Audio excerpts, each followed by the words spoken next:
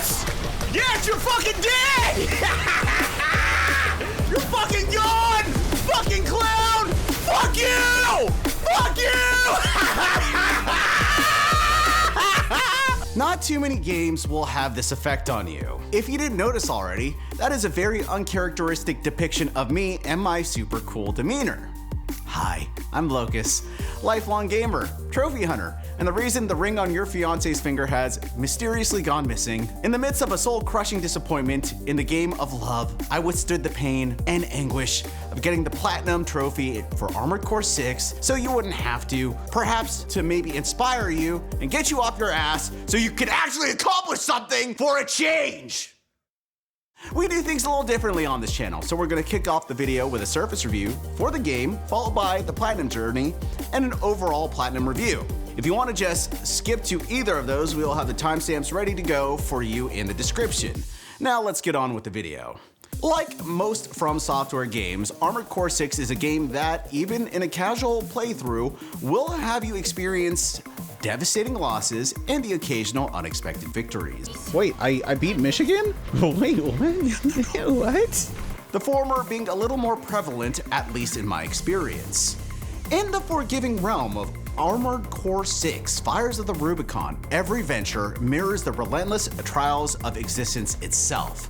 So, if you're anything like yours truly, the self-proclaimed overlord of gamers, who is apparently a masochist as well, brace yourself for a journey that'll make you question every damn thing about your existence. It's a wild ride that'll have you pondering the meaning of life itself. What is my purpose? Picture this.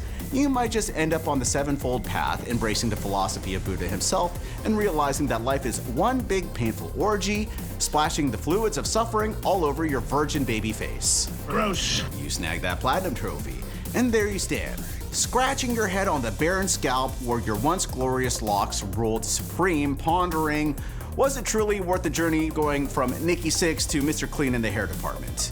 That's what we're here to unravel with our post-Platinum reviews. We'll brave the depths of hell so you can navigate smoother waters.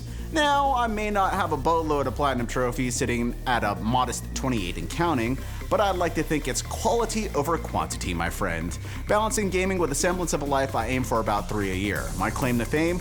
Well, snagging the Platinum in Devil May Cry 4 Special Edition, not once, but twice in Devil May Cry 5, even getting on the leaderboard for the first 20 people to plat this Special Edition, conquering Sekiro, and diving headfirst into the chaos of Cyberpunk 2077, and of course, the star of today's show, Armored Core 6. So let's get into it. Base game overview. Alright, let's talk trophies for Armored Core 6. It's got a surprisingly short list of 30 trophies, half of them practically handed to you on a silver platter during your initial playthrough. The rest? Well, they're a walk in the park if you've got a handle on the gameplay mechanics. Except for one, that is. Are you ready to step up and claim the title of Perfect Mercenary? Now, if you got the stones to chase after this trophy, be prepared to invest some serious time. We'll delve into the gruesome details later in the video, but what's glaringly obvious is how out of whack this one trophy is compared to all the others. It's like a slap in the face considering how easy the rest of them are to bag. So when I say it's deceptive, you better believe it. Out of the 140 hours I sunk into this game, I'd say a good 3/4 of that time was dedicated to chasing down this elusive achievement. So let's talk about the story. Forget Mars, forget Jupiter, Rubicon 3 is where the real party's at. The joint is like a bad acid trip gone supernova, a whole planet engulfed in flames and fury thanks to some screwy energy MacGuffin. Now I'm stuck piloting a giant metal coffin, punching robots for scraps in a corporate war zone that makes Mad Max look like a tea party. My mech, she's a beaut, all custom chrome and firepower. We dodge laser rain, in canyons hotter than habanero enema, scrap with pirate robots high on space dust, and trade bullets with corporate goons who wouldn't know honor if it bit them in the... You get the picture. It's a mess. A beautiful, glorious mess, where survival feels like winning the lottery every single mission. But don't let the explosions fool you. There's more to this gig than just blowing stuff up. There's whisper of a conspiracy, whispers of betrayal, whispers of something darker lurking in the flames, questions not you like a hangover after a bender. Who started this mess? What's a real score with this Rubicon juice?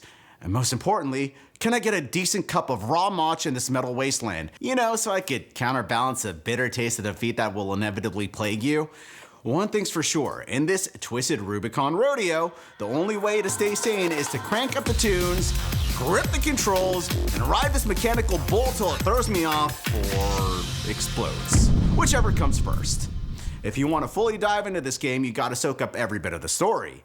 You are spending the time going after the platinum after all. Get your time and money's worth. It's not just about shooting, there's some deep philosophical stuff thrown in there like candy on Halloween, but here's the kicker. A big chunk of the story isn't spoon-fed to you the way that your mom used to choo-choo train it into your stupid fucking mouth via cutscenes. Blink, and you'll miss it. So here's my tale. Tried to be cultured and played the first round in Japanese. Thought I'd absorb the vibe of the land of the rising sun since I'm learning the language, you know. But in the midst of the gunfire and chaos, I missed more story beats than I care to admit. Lesson learned. Stick to the language so you can get the groove to get the full picture.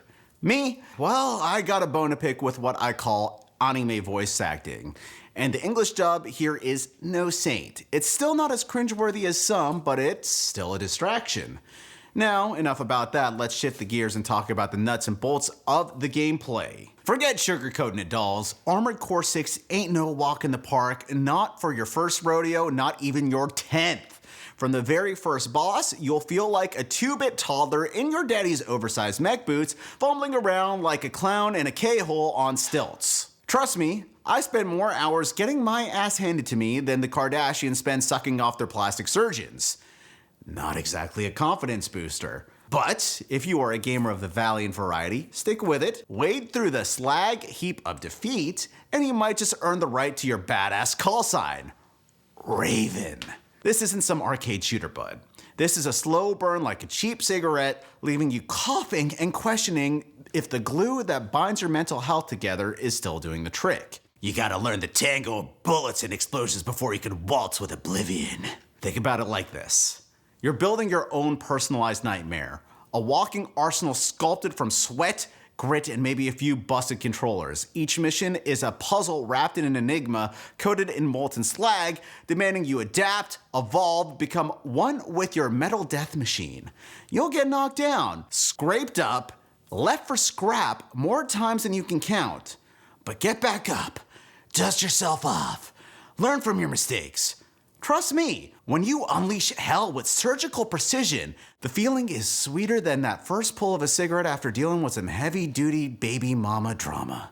Now, when it comes to the graphics, they're like a vintage guitar amp. Classic with that gritty, raw sound that never goes out of style. Maybe a bit weathered from years of rocking out on stage, but here's the twist. Every now and then, the game throws you an unscripted anime moment that'll knock your socks off harder than a spirit bomb amidst a never-ending fight on Namek. Imagine explosions that bloom like cherry blossoms, laser beams that slice through the air like katanas, all rendered in a frame rate smoother than a freshly poured whiskey. It's enough to make even Vosh reconsider his, well, let's just say, refined taste. Well, why do you want to be the horse, Vosh? Because then I'd have a giant dick. Finally cooming over the sort of explosions that don't exist in his pants after watching some stuff. Think about it this way. You're not watching a Hollywood blockbuster adaptation of Transformers, Raven. This is Kamen Rider or Ultraman. The textures might not be award-winning, but the atmosphere, the sheer raw energy of it all, that's what punches you in the balls. Plus, with a solid 60 frames per second on consoles such as a PlayStation 5 and up to 120 on your holier-than-thou PC, the action flows like a goddamn haiku. Fast, precise, and leaving you breathless. So while the graphics might not win any beauty pageants, they do their job and they do it damn well. They capture the essence of this metal-clanging, laser-blasting world, and they don't shy away from throwing you some eye candy when you least expect it. Just remember, Raven, sometimes the most beautiful things aren't perfect. They're just raw and chaotic, like the last time you got it on while accidentally leaving your rubbers in the car. Let's talk about the arsenal at your disposal. Like any BDSM dungeon, you're going to have your whips and chainsaws. You got lasers, laser guns, laser cannons, laser canisters, laser shields. In case you haven't gotten the point, there are a lot of lasers in this game. You got miniguns, you got pistols, shotguns, rocket launchers, grenade launchers, sniper rifles. I'm just going off memory while writing this script. There's probably so much more that I'm forgetting. Whichever CIA agent was responsible for the Vegas shooting would probably be creaming in his pants looking at the list of weapons you can use. And, oh yeah, you also got kicks, which are actually incredibly useful. Okay, so you are strapped into a walking metal sarcophagus with more firepower than a Tijuana fireworks fiesta. Imagine dodging laser beams thick as your arm in canyons hotter and more lethal than blows from your scorned ex's breakup text. That's Armored Core 6, baby. A robot beatdown like you've never, ever seen. So strap in, sweat more than a sinner in Sunday school, and show those metal mofos what a broken poet piloting a mechanized beast looks like. Leave them weeping for the sweet release of oblivion. Let's talk more about the gameplay mechanics. The combat is sweet and often a sloppy dance of steel and fury. You will boost, dodge, weave in between laser fire like a matador dodging angry bulls. Enemies come in all shapes and sizes, from lumbering brutes to agile ninjas, each demanding a different strategy. It's all about mastering your mech's weight, momentum, and firepower. A high-octane chess game played at breakneck speeds. So, if you're looking for a game where robots punch each other's faces in with enough explosions to make Michael Bay jealous, step right up. This ain't your grandma's mech game. This is Armored Core 6. It's gonna kick your metal ass. Kick your middle ass so hard you'll be begging for more. Just remember, kid, in this game, survival ain't guaranteed. But given you take the time to learn this game, the ride sure as hell is. Keep this in your mind. This game won't let you get all cozy with one setup. Specific scenarios demand specific tools. You're not gonna use a pistol to rock a baby to sleep unless you're completely off your rocker and shouldn't be trusted with parenting duties. So my advice, treat it like a bunch of horny freshmen in a co-ed dorm. Play around, experiment, see what works, swap parts, tinker. Hold on, tinker. Even throw some random upgrades just for the hell of it. This ain't brain surgery. It's robot gladiator school. And the only rule is adapt or die. Just maybe leave the gunshots out of the lullaby playlist. All right, let's talk about controls. Now, type, not exactly.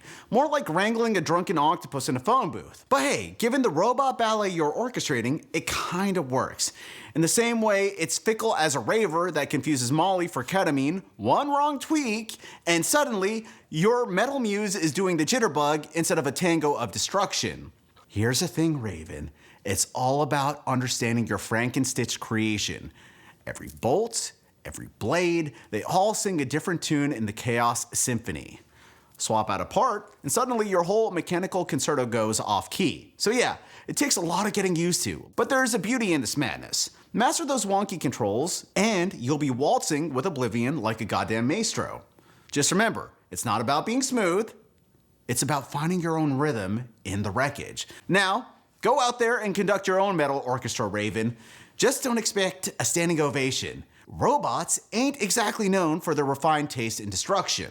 Let's talk about the game's Achilles heel, the targeting system.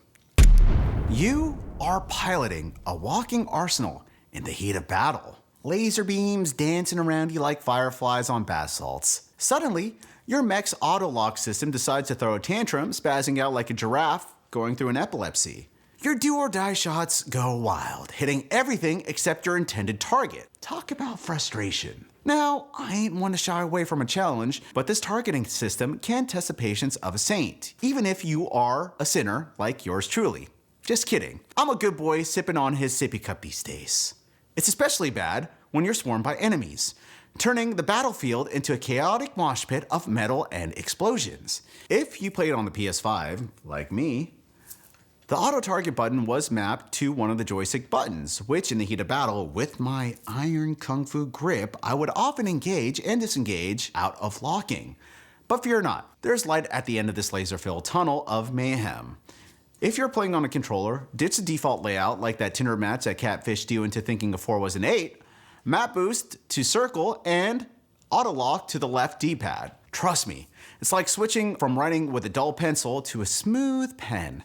Suddenly you're in control, raining down hell with precision instead of looking like a robot with Parkinson's. It doesn't solve all the issues of targeting, but it will do you wonders. Quite frankly, if you're content with giving this one casual playthrough, you may consider this the not best From Software game that you've played. In terms of atmosphere, the game doesn't hold a candle to the Nightmare Manifest, aka Bloodborne. It doesn't have the Japanese eloquence of Sekiro, or the endless fantastical landscape of Elden Ring. It controls like no other game From Software has created since the last Armored Core game back in 2012. So, in terms of a surface level playthrough, this game would get 7.9 feasts out of 10 famines. But the surface review isn't the main reason you clicked on this video, right? Now, let's get into the Platinum journey. Alright, let's not get it twisted. I'm no virtuoso when it comes to piloting these mech monstrosities.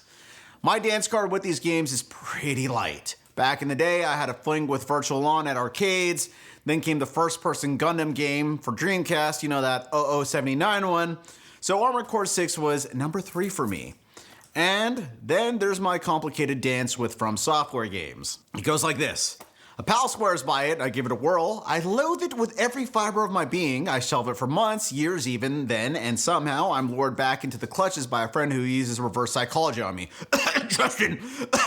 I grind through it, not for the love of the game, but to earn the right to whine about it with some clout. That's my twisted motivation. Pure spite. But here's the kicker. By the end, I'm often head over heels for the blasted thing. It's like rehabbing a relationship with someone whose mood swings could give you whiplash. You stick around, provide that structure, and suddenly, you're both on solid ground. It's not a stroll in the park, but hey, the view from up top is something else. All right, let's hunker down and dissect this Odyssey to Platinum. Right out the gate, it was clear I was stumbling around like a toddler who had raided the old man's cabinet, mistaking milk for whiskey. I was getting schooled, and no two ways about it. Defeat after defeat. It took me the better part of an hour just to conquer the tutorial boss, and that mess was just the appetizer. I'm generally a pretty stubborn player, so this worked as a humbling reminder that I needed to adjust my skills. And would you look at that? We got our first trophy. Illegal entry. At the time of writing this video, the achievement rate for this trophy sits at 87.4%, which is not that big of a deal. Now, mind you, with that level of difficulty at this point, I wasn't even considering getting the Platinum trophy. Once I had a moment to catch my breath, I started to piece it all together what lay ahead. And let me tell you, I called it like a prophet of doom. The future was bleak, and I had the roadmap in my head, grim and glorious all at once. I don't know, man. Like, I feel as though that that was a harsh sort of tutorial, but it was a good tutorial just because you learn a lot from it. But if that's setting the tone for the rest of the game, dear God, I'm actually very terrified. But I will get through it. I will. The next couple trophies, graphic designer and hardware engineer, they're like the participation medals of gaming, handed out just for showing up. Doesn't sound like much, but hey, that's 1/10 of the trophy pie that's been eaten. It's the small victories, right? The rest of that first session, me just getting cozy with the controls, or as cozy as one can get while they're still half fumbling. If anybody has picked up Armored Core 6 and has been online, they've gotten wind of that first boss. I start off the second session of the game slightly dreading what I had coming towards me. We start the next day with Operation Wall Climber, a trophy with a 72.7% achievement rate. You know, when you first start off with a lot of From Software games in general, you encounter enemies that aren't exactly first-rate baddies that will give you a tough time. Over here, for example, you have me getting wrecked by this, I can't even call it a mini-boss knowing what comes on later in this game, and saying that it's totally possible to beat him. In hindsight, once you get good, guys like these are a freaking cakewalk eventually. So after a few failed attempts and about 45 minutes of grinding, I finally faced off with what I thought was the infamous boss everyone was whispering about. Fast forward to another 40 minutes and he was toast. Only to find out in a rather humbling moment from my buddy Ross that he wasn't the big bad wolf everyone was building straw houses to protect themselves from. But don't you worry, we'll breach that topic real soon. But hey, at least with that, the Operation Wall Climber trophy has been snagged. Well, after a few in-between missions, I inadvertently went after the Training Complete trophy, which has an attainment rate of 61.4%, which turned out to be not all that difficult. But we're making progress. Progress that would very soon be brought to an abrupt halt. After a frustratingly difficult mission, it was time to take on Attack the Watch Point. They try to warn me, They tried to tell me what's coming. What time is it? It's 12:28. Do I want to save this for tomorrow, Ross? Give it one go. All right. And in the black of the night, while the rain poured like cement, Raven entered into the watch point. This sounds like a suicide mission. And boy, oh boy, at the time, I had no idea how right I was. Starting off, it was a seemingly straightforward mission that greets you with a boss fight at the end. It didn't take long for me to beat this guy, and as you can see, my shock levels were through the roof. Was this the big bad wolf everybody had been clamoring about this whole time? Well, one specific person in my chat really did his best to make me believe so. Who is your god now? I really regret saying that. But things began to seem too good to be true, and reality began to sink in. I'm glad you were here to see it, man. Hell yeah. Unless that wasn't the real boss, and then I'm just flat out scared. Why do I feel like you're lying to me? Spoilers! In a few seconds, I would indeed find out that he was lying to me. Enter the big bad wolf, or shall I say, the big bad Balteus. Night one of battling this mechanical monstrosity, the best I managed was getting Balteus down to half health before it decided to play the world's most unfair game of surprise butt sex plus flamethrower. Like, what the fuck, bro? You had one job.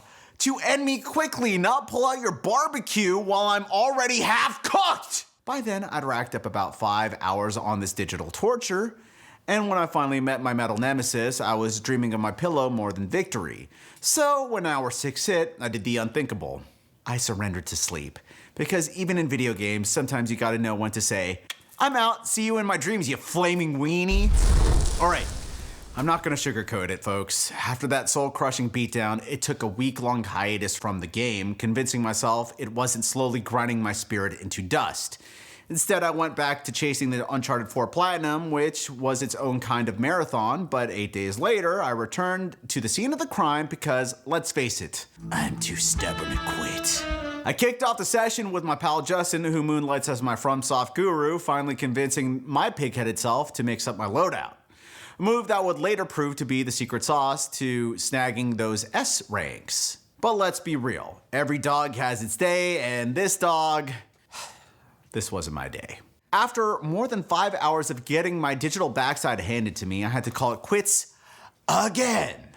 But even in defeat, there's another dawn to fight. Here's the thing, I'm gonna give myself props. This would have made many a seasoned gamer throw their controller into orbit and walk away. Not everyone's equipped to handle the cosmic karmic load that rests on the shoulders of a hardcore gamer. And me, I was not gonna let this one go. This boss was the universe's way of testing my grit. And damn, if persistence isn't my middle name! Hand on heart. There was a gnawing sense of defeat burrowing in my soul. It took me another 4 days to dig myself under the debris of my collapsed tower of pride. With my ego barbecued to oblivion by flamethrowers, all I had left was my discipline and sheer, unadulterated determination. So, I decided it was time to see this through to the bitter, or hopefully sweet end. If I couldn't get this done, I would never be able to look myself in the mirror again and call myself a gamer. So, for the third time, I went back in the saddle. And you know what they say, third time's a charm. Or was it? After a few defeats, and about 20 minutes later, I sealed the deal. Oh.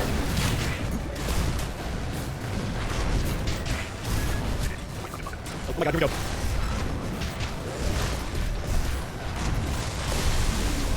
Yes! Yes, you're fucking dead! Ah! You're fucking gone! Fucking clown! Fuck you! Fuck you!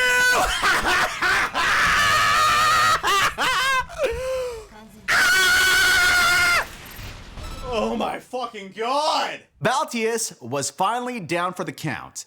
And boy oh boy, I don't think I've ever had a celebration like this in my life where I completely lost it. Out of context, you may have seen this and think that I just showed up to my job and marched right into my boss's office after hitting the jackpot. See, love it or hate it, this is the only kind of victory FromSoft games can provide.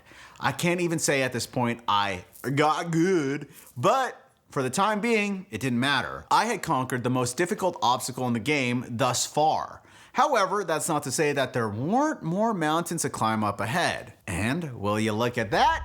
The contact achievement sitting at 61.7% attainment was officially mine. I decided to cap off the night on a high, diving into Baldur's Gate 3 for the first time. Didn't take long before I realized that it just wasn't my jam. 4 days later, the call of the mech beckoned me back for more action-packed robo fun. It was now time to explore what lay beyond the now well-done, big, not-so-bad wolf. Next on the trophy list was Ocean Crossing with a 56.6 completion rate. I think by now I was starting to feel the rhythm of the game. To be honest, I was a bit spooked. Everyone in the group chat was hyping up this spider as if it was Balteus 2.0, but in reality, it only took one botched attempt, a minor tweak, and the arachnid was toast. It's around here my buddy Ross was gunning to usurp Justin's title as my FromSoft coach. His suggestion of the songbirds, absolute game changer. Those songbirds were way too powerful. And with that, Ocean Crossing was struck off the list. A few missions later, after I had pulled off an anime challenge that had me feeling I stepped straight out of a manga panel, smoking a cigarette with style while one-shotting a mech, soon thereafter I wrapped up a mission that netted me the silver data log collector trophy, which clocks at a modest 73% completion rate. After about 4.5 hours of gaming, I called it a night.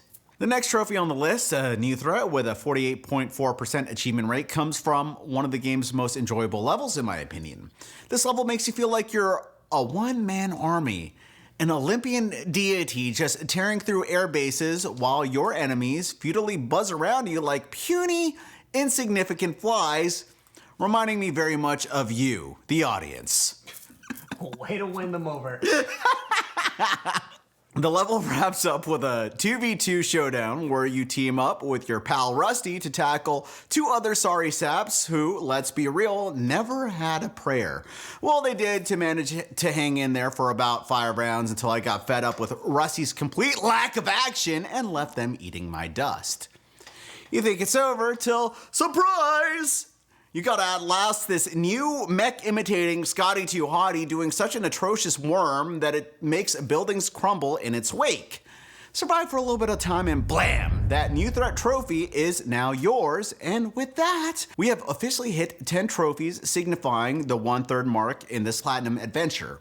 And hey, if you're getting a kick out of me and my journey into the spiral of misery, go ahead and like, subscribe, and hit that bell for notifications.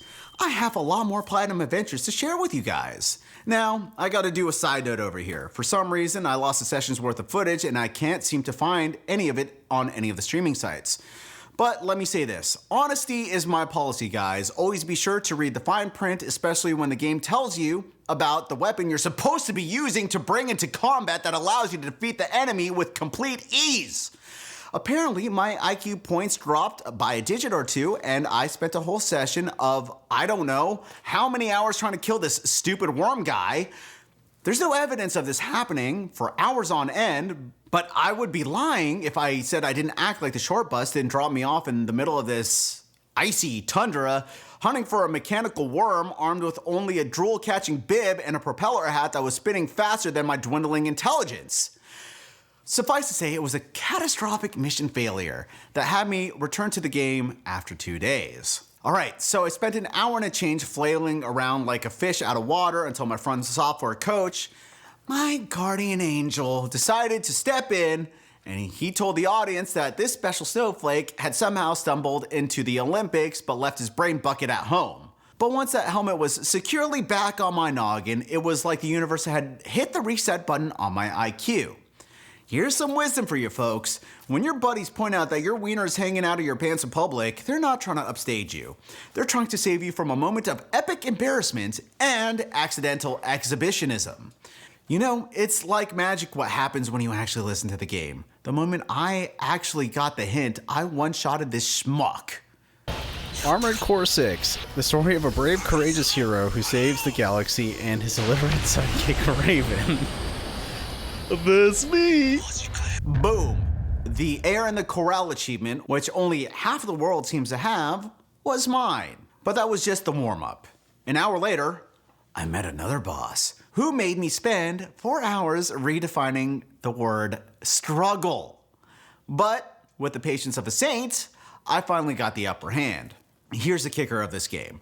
For me at least, these epic wins make you feel like your face is aging faster than the vampire in daylight. So I took a much needed break for a few days, but not before I spilled my life-changing feelings about the game to one of my viewers. Shout out to Jim. Like, there's only one difficulty from Software games, and generally that difficulty is really hard. And it's really funny because a lot of people that can't just cut it, they can't hack it, they start like writing articles like, there should be an easy mode for these video games, where the general philosophy for the From Software games is quote unquote get good. So yeah, there's one difficulty and you just gotta fucking get good, essentially. Notice how I'm starting to sing a different tune about this game now. After sweeping all the trophies in the Resident Evil 4 DLC, it was time to slide back into this mech's cockpit. Ha! Cock. This 4-hour session netted me 2 trophies, snagged pretty early and just 20 minutes apart. The first came after wrapping up a standard mission, Underground Exploration Depth 3, which bagged me the Into the Unknown Territory achievement, sitting at a pretty 49% completion rate. I then tackled the rest of the remaining missions in the training simulator, which I breezed through for the most part. Here's the kicker. Facing the second to last foe in this challenge, we both bit the dust at the same exact moment. Yep, technically it was a draw, but the game, in a rare case of it showing me mercy, handed me the win, letting me advance to the final stage. Now, it was time to face the ultimate adversary in the challenge. After a few quick fumbles, I sent his digital self packing, and the game rewarded me with the Testing Complete trophy, which clocks in at just under a 48% completion rate. Sweet! Here's where I stumbled upon a mission that would jab me like a thorn, not just for one session, but haunting me for months later after I finally put it to bed. Yep, I'm talking about the Intercept the Red Guns mission. I was stuck on this level for 3 hours, getting nowhere until I decided to throw in the towel. Let's be real, it was a rage quit. But in a twist of irony, it was a pretty zen rage quit, which is like saying quiet storm, an oxymoron if there ever was one, but a rage quit all the same. Alright, I'm done. Fuck this game, dude. This game sucks. Right now it sucks. Right now in my head, this game fucking blows. But, I wish you all a good night. I'm gonna go home and cry now. Well, I am home, so all I have to do is start crying. Isn't that something? God fucking damn it.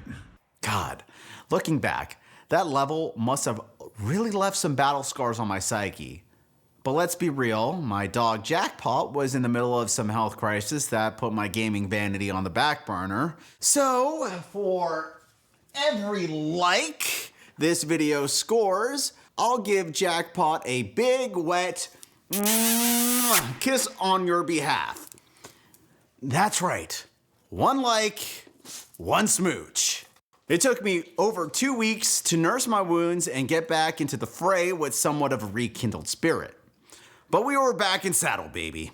If you made it this far in the video, leave a comment that says, Jackpot. And I'm proud to say upon my return, through all the shooting, dodging, and ducking, managed to wrap up that mission in less than 40 minutes. Yeah, I was as stunned as you are. Wait, I beat Michigan? Wait, what? What?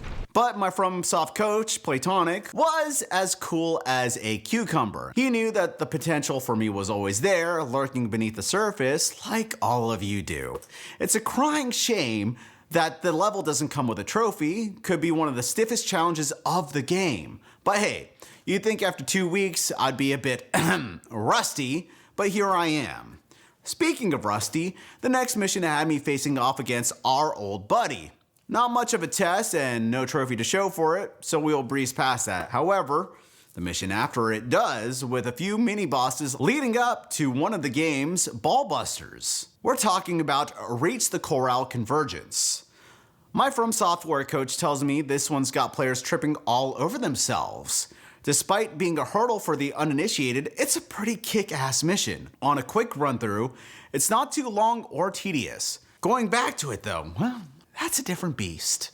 Before you can blink, you're staring down the real boss of the stage. Oh yeah, I'm talking about the legendary tangle with IB-01CEL240. I regained my virginity just saying that. It was around here where I started to see the game's pattern of pulling the rug from under you. Not convinced? Well, after I decked him once, my intuition kicked into hyperdrive. Yep, that led to about an hour of me getting my ass handed to me until I started throwing some karate kicks that must have traveled all the way to its urethra to conserve my ammo. But I finally got this AC's rhythm on lock. And after turning him into Swiss cheese, I anointed myself Ichiban Gamer. I walked into the game gulag snagging the re-education trophy sitting at a cool 41.8% attainment rate. Things were going swimmingly until, well, life decided to knock out my teeth with a sledgehammer of an event. Here's a piece of advice. Tread carefully around girls with borderline personality disorder during an eclipse season. Seriously, consider this your warning. I'm not saying abandon them, they need love too, but it's like playing with fire that's almost guaranteed to burn you. The aftermath left me so mentally, physically, and emotionally incapacitated I couldn't even touch a controller for months. My heart, thrown back into its default setting of chaos, led me into a 3-month hiatus from Armored Core 6. The once blazing fire of the Rubicon had fizzled out of my chest only to be replaced with a new obsession. It was a whole month after securing the Cyberpunk 2077 Platinum that I decided to wade back into the fray, a bit more battle-scarred, but with a heart buoyed by hope. January 4th, 2024 was a day we kicked down the door and returned to the fray, guns blazing to nab that platinum that would look impossible to someone that may have lost all faith in himself. Lucky for me, I'm not that sad sack of shit. As the Japanese proverb goes, Namakorobi Aoki. Fall down 7 times, stand up 8.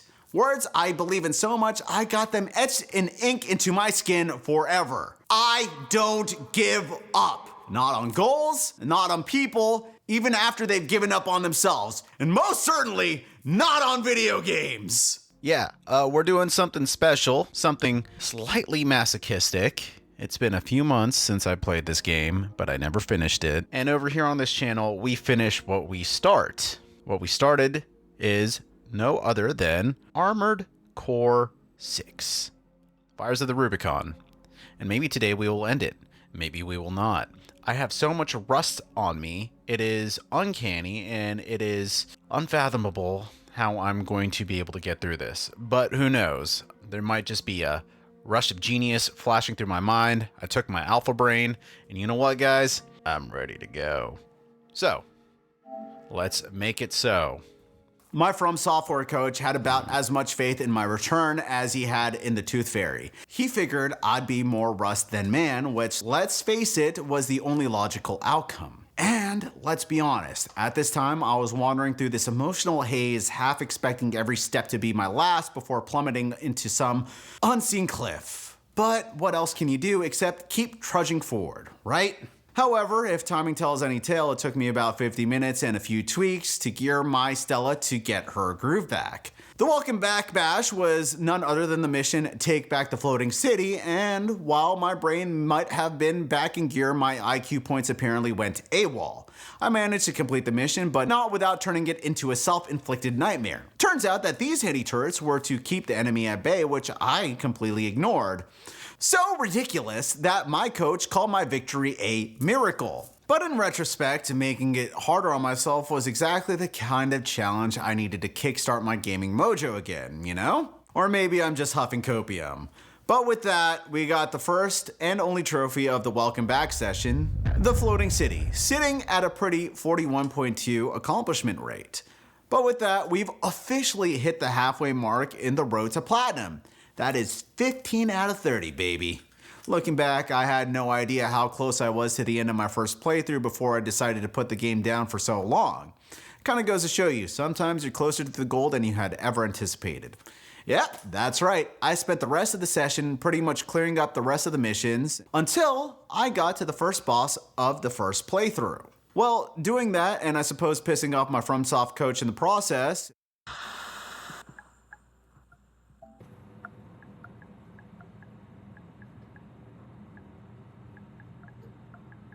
oh, it's Poop Succubus. All right, let's take the Poop Succubus into battle, dude. That'd be really funny if it is. Let's see. It looks like it.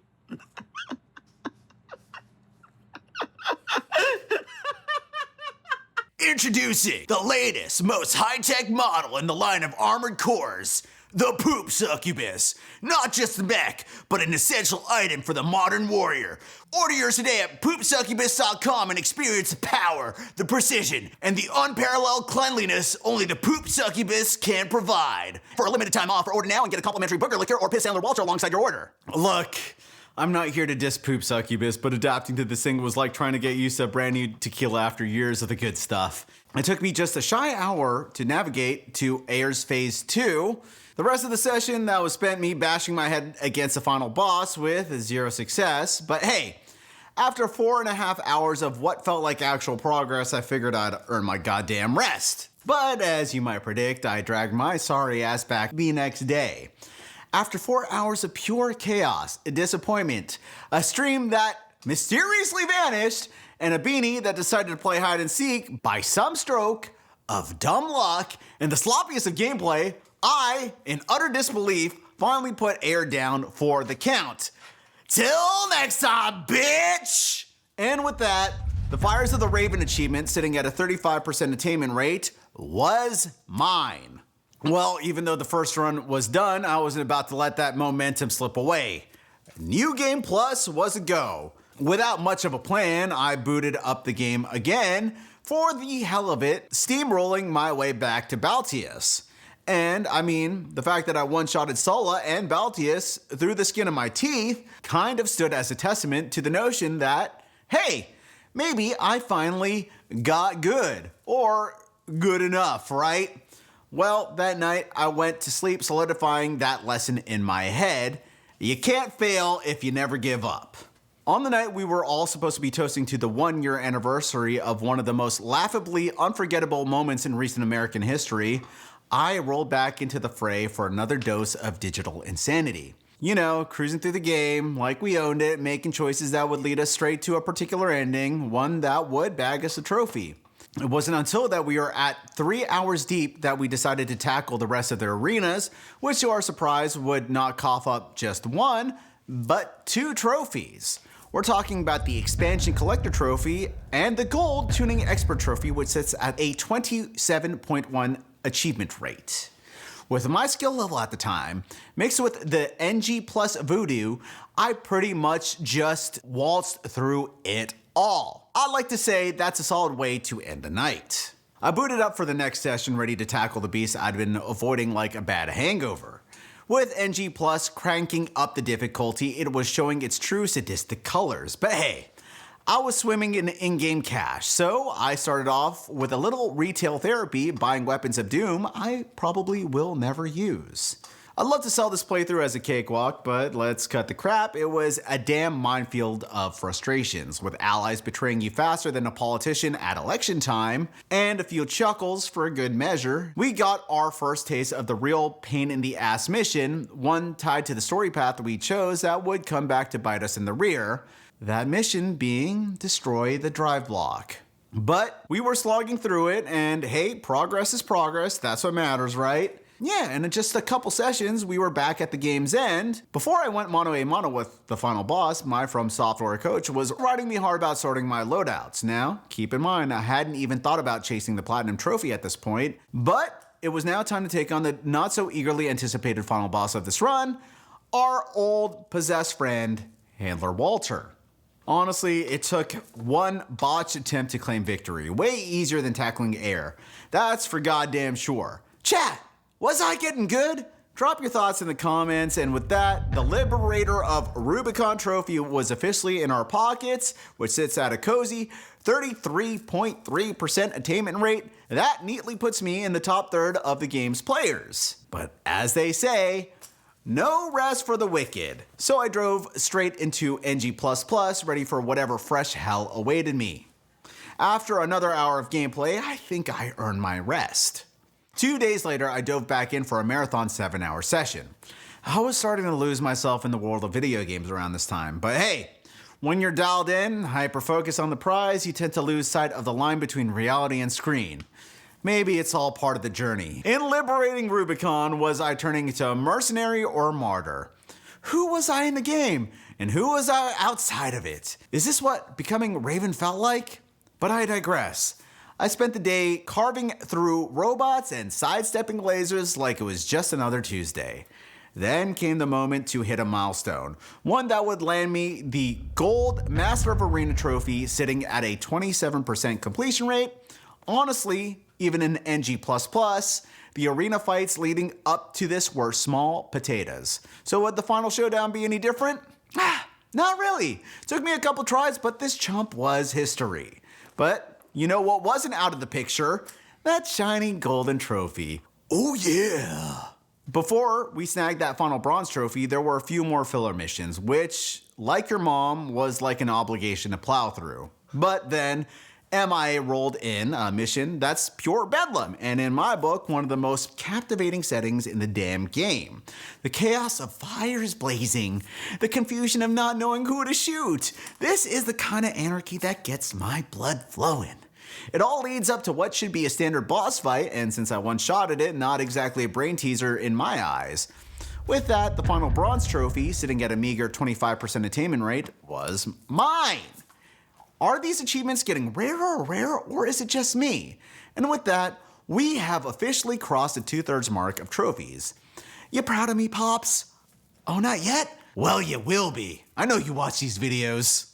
Well, the night wasn't over yet. We kept at it till we faced off with the ultimate big bad of this digital nightmare. All mine. By then, I'd been playing 6 hours straight, and after another hour of me versus the machine, I decided to give this game a much needed breather. It was pretty obvious I wasn't cutting it that night. But you know what? That's alright. Even with my heart in a blender, I still managed to send my mechanical demons to the principal's office for a good old-fashioned timeout. Or maybe that was just my imagination running wild. See, over the course of 5 days, I had 2 sessions where I tried to drag this beast of burden to the scrapyard, only to fail spectacularly. No big deal, you say. Want to know how long each session dragged on? The first one was a little over 5 hours. Time to roll the fail compilation, Kabooby. The Poop Succubus, for some reason, wasn't cutting it. The newly reformed Booger Licker wasn't doing the trick either. Things weren't looking grim. My confidence was shrinking faster than a virgin at a sex pro tournament. I was on the verge of tossing my gamer card into the toilet and walking away. What the hell was wrong with me? My vision was getting blurry from the sheer volume of failures. Expletives flew. Slurs too. I was not in a very good place, guys. Fuck this game! Jesus fucking Christ, dude! It is so fucking frustrating. Oh, I'm just gonna come over here and do the little energy thing that I barely ever fucking do. The very structures of my world were beginning to crumble. Hell, it got so bad I took off my glasses hoping to see through eyes unclouded by the lens of bullshit. Surely, after 5 hours, or 6 if you count the previous night, should have been enough to get the job done. Clearly not. After a soul-crushing defeat, I called it a night. I dragged myself back the next night for another round of masochism. Where I went solo the night before, my FromSoft coach was there to witness my utter humiliation.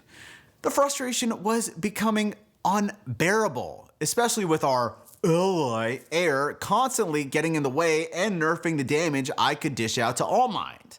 I mean, come on, that's some bullshit design. And how am I supposed to make things easier, not harder, you know?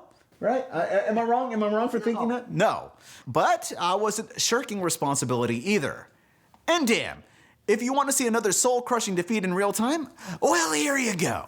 The night wrapped up much like the one before, with me removing my glasses as if it was a secret ritual to put this rabid dog down.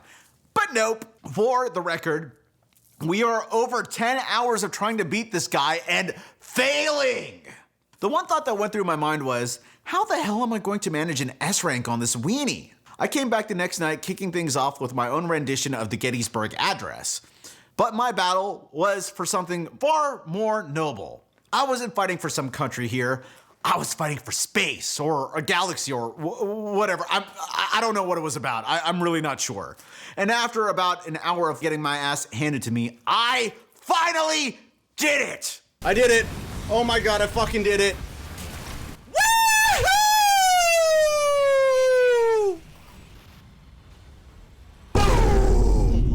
Unfortunately, there was no one around to see my glory. You know what they say, right? It's only at the top. But hey, I did this for me. After a grand total of 12 hours, I brought down All Mind. And what a cathartic relief it was. My FromSoft coach popped in during the credits to give me congrats, so I didn't feel totally alone. I spent those credits doing the self-affirmations that truly count in life. And what did those 12 hours yield? Not one, but 2 trophies, 1 silver and 1 gold, both hovering at around a 24% achievement rate. Since I was riding on this high, I didn't say it outright, but I decided to start chasing those S ranks, which is my roundabout way of saying, we're officially going for the platinum! Yeah, baby! That's right! I've already wasted a good chunk of my life on this game! Sunken cost fallacy be damned! We're going for the platinum, baby! Urgh! Well, to no one's surprise, not all the missions I attempted were S-ranked on the first get-go. But let me share a little secret about perseverance. It's about having delusional resilience. You do not dwell on the failures, you celebrate those tiny victories. And my big wins for that night, aside from toppling all mine, including bagging 4 S ranks, one of them attack the damn complex. Which was no walk in the park, but it showed me that with a bit of strategy and tweaking, and with the aid of Poop Succubus, what seemed impossible might just very well be possible. After a 5-hour session of grinding, it was time to hit the hay, knowing that I was better than at least 24% of all gamers out there. Judging by these Armored Core 6 metrics, am I superior to you, gamer? Drop it down in the comments. Not long after that session, my progress got derailed by a termite invasion in my humble abode. I had to fumigate the place and crash at my mom's house for a bit. My life was literally packed up, shaken, and turned upside down. And in the midst of my suitcases, I unearthed these love notes from someone special, further knocking my heart's balance out of whack. But we had a mission, and I will be damned if I let a little yearning stand between me and that platinum trophy. On this fine day, we were out there, bagging more S ranks and battle logs like they were going out of style. And I gotta say, snagging another silver trophy, the Combat Log Collector sitting at a measly 15.5% achievement rate, alongside some stellar S ranks, one of which was reached the Corral Convergence, made this one of our more productive sessions. Well, I was kinda wrong. I would have to do that level again, just a different variation of it. And granted, getting that S rank took a whole damn session to attain, but remember guys, small victories. But at this point, we were only 5 trophies away from getting that sweet, sweet platinum. So close. An hour before my birthday, I went live for another stream. If you haven't caught on by now, I've got what I like to call the prison mentality. When it comes to daunting challenges, the moment I step into the metaphorical slammer, I seek out the biggest, baddest, most psychotically swinging mandingo, and I beat the living hell out of him so everyone in the joint knows that I'm the one in charge now. With the original Reach the Corral Convergence mission in my rear view, this seemed like the perfect moment to fire up the Poop Succubus and tackle this challenge as a warm-up. So, I kicked off with the variant of Attack the Dam Complex, and it took me about 50 minutes to snag that S rank. I'm not gonna lie guys, even with me breaking through so many barriers leading towards the skill ceiling, some of these levels were incredibly difficult to get that S. I'm talking about missions such as escort the mining ship, but with a little bit of perseverance per usual, we get that S rank. The only notable parts during the session were returning to the infamous Attack the Watchpoint missions, and in terms of the main and alternative mission, only to get frustrated for not getting the results of S ranks until an hour and a half where we did. And on that note, we called it a night. The next day, after getting quite a nice dinner, I decided to not just make or break my birthday, but break in my new gaming chair, nonetheless, that I bought myself for my birthday. This was the day I decided to tackle what was probably the hardest mission for me to S-rank, and I refused to go to bed. Disappointment. Not on my birthday! Screw that! But guys and gals, I cannot stress this enough. I cannot hammer this home hard enough. Choosing this as the vibe for my 2023 solar return was like playing Russian roulette with a fully loaded chamber.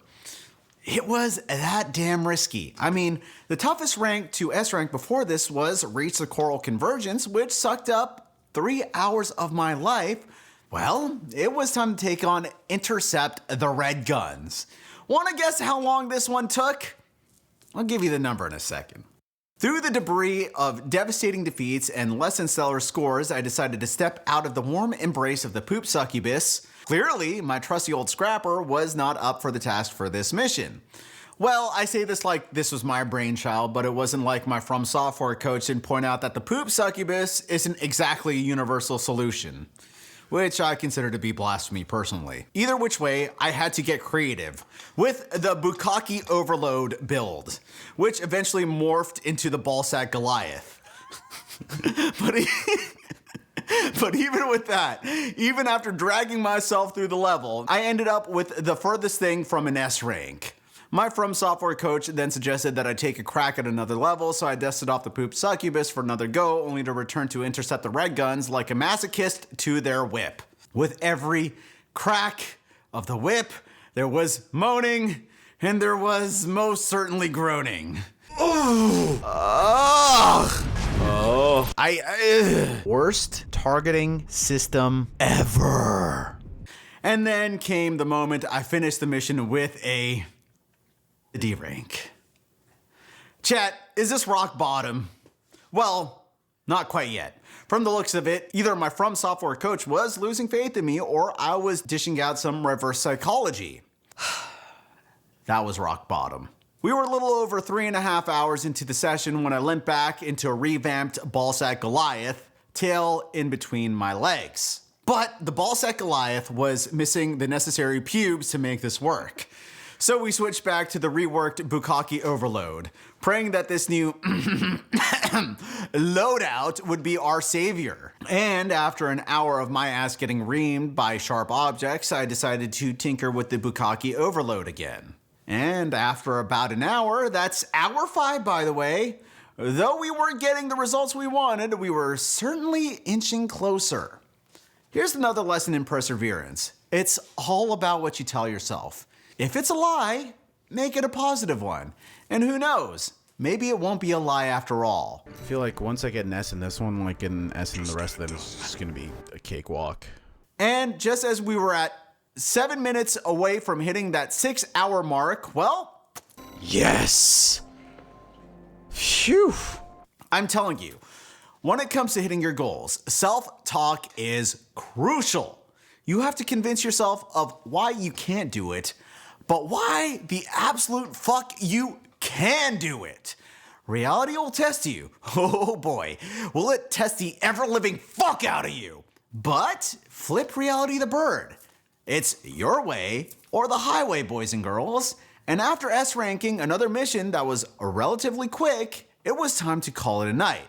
I earned my rest and all the good fortune that would follow. I slithered back the next day looking like I'd been through a 12-round fight with my own ego and barely pulled through. You'd think after taking down that monster of a level, my conquest craving would be satiated, but no. I was back ready to take on every twisted version of the last boss this game could dish out. You know, as I waded through the footage, I noticed I wasn't just charging in with the Poop Succubus like a brain-dead zombie. I was actually tweaking, customizing, and after all those soul-crushing hours, I think this was a moment I finally found my groove. It was like I kicked the habit of just wanting to go in guns blazing thinking I was in some kind of Doom Eternal wet dream.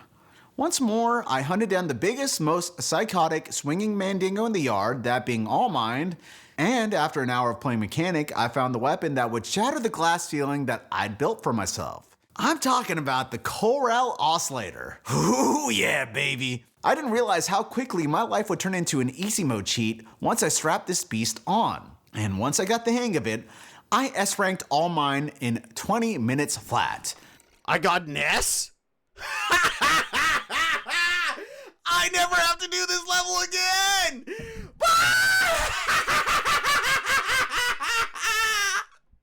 Look at me, making this look as easy as stealing titties from a baby. Wait, that's how the saying goes, right? Yeah.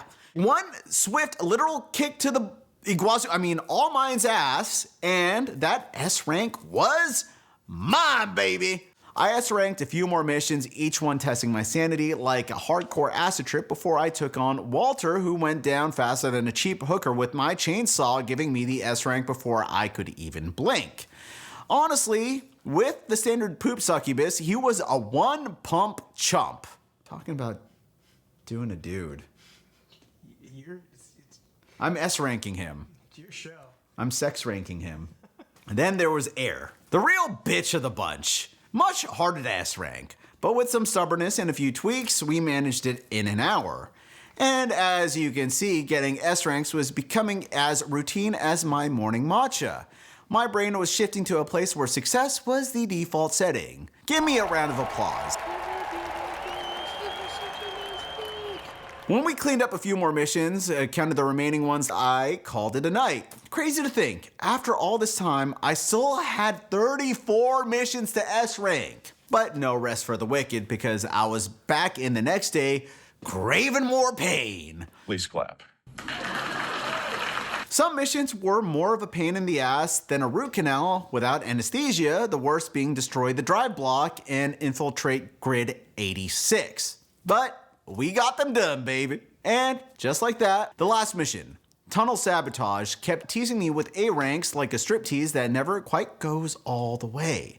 But after a few tries, I nailed it like a pro. It felt like the perfect finale to this epic ordeal. You're literally boosting out of a cave that's imploding, much like how I boosted my way to the perfect S Mercenary trophy, sitting at a 6% attainment rate like the unicorn of trophies it is. Though Coach wasn't exactly thrilled that I saved the easiest S rank for last. The Platinum trophy was so close I could smell it like a hunter smells blood. Big task or not, I wasn't stopping. Not when all that was left were some fetch quests. Operation Cleanup has begun. 13 minutes later, we snagged the Internal Parts trophy at a 14.6% completion rate, and 13 minutes after, External Parts Collector at 13.8%, and then 27 minutes later, Weapons Collector at 11.4%, and Asset Holder at 10.8%. And on the first day of Black History Month at 11:56 p.m. PST with a 5.8% attainment rate, we took home the Armored Core 6 Platinum Trophy, who I'd like to dedicate to MLK, Malcolm X, my main man Sean King, and Rachel Dolezal. Time for our bittersweet adieu to this game. All right, you know what time it is, Justin? You know what time it is, man? It's time to delete this game. Hey, we are done. Bye-bye, piss handler Walter. Bye-bye, Poop Succubus. It's been real. I finally got good, man. I finally got good. And it feels good, man. Justin, I love you. Whoever's watching this, I love you too. It's been real. This was Armored Core 6, the road to platinum on the channel, The Leering Locust. We are finished. Now, for my review of the Platinum experience, coming from a background of interior design where design is not just a craft, but a creed, a philosophy, and a way of life, some might say giving a casual playthrough of Armored Core 6 Fires of the Rubicon a 7.9 is like slapping the Mona Lisa, but it's like the Platinum experience is where the game truly shines. While there are a few controls that err on the janky side, the game is a masterclass in how achievements should be done. It forces you to delve into the core mechanics of the game. Pun very much intended, making you feel like a true Armored Core pilot. It's so true to its core, it's hard to knock, again pun intended. Now in design, there's one golden rule you must remember. Form follows function. Why bring up design? Well, because I have this unique philosophy when it comes to chasing that platinum trophy. I believe the most rewarding hunts in any game revolve around understanding its form and function. I call it embodiment. It's about immersing yourself fully in the game's essence, playing it the way that it was meant to be played. The game's conservative trophy list demands this approach. There aren't too many fetch quests or pointless grinding, just pure discipline and mastering what it takes to be a true AC pilot. The only trophies that annoy me were those fetch quests, but they weren't as annoying and redundant like something in an Uncharted game. Apart from the story achievements, the real time eater is a perfect mercenary trophy. FromSoftware's way of saying, you'll get good or we'll keep you here until you do. If they straighten out the game's controls for the next one, this game would be perfect. But for now, the Platinum experience gets 9.7 feasts out of 10 famines. But what say you, my swarm? Have any of you snagged this Platinum? What did you think of this wild masochistic ride? Thinking about joining the circus of pain? Drop your thoughts in the comments. I've got more Platinum adventures coming soon, so I hope to see you soon. And if you haven't yet, like, subscribe, and hit that bell like it's the last thing you'll ever do. I'm Locust, it's been a hell of a ride. I will catch you in the next video. Bye bye.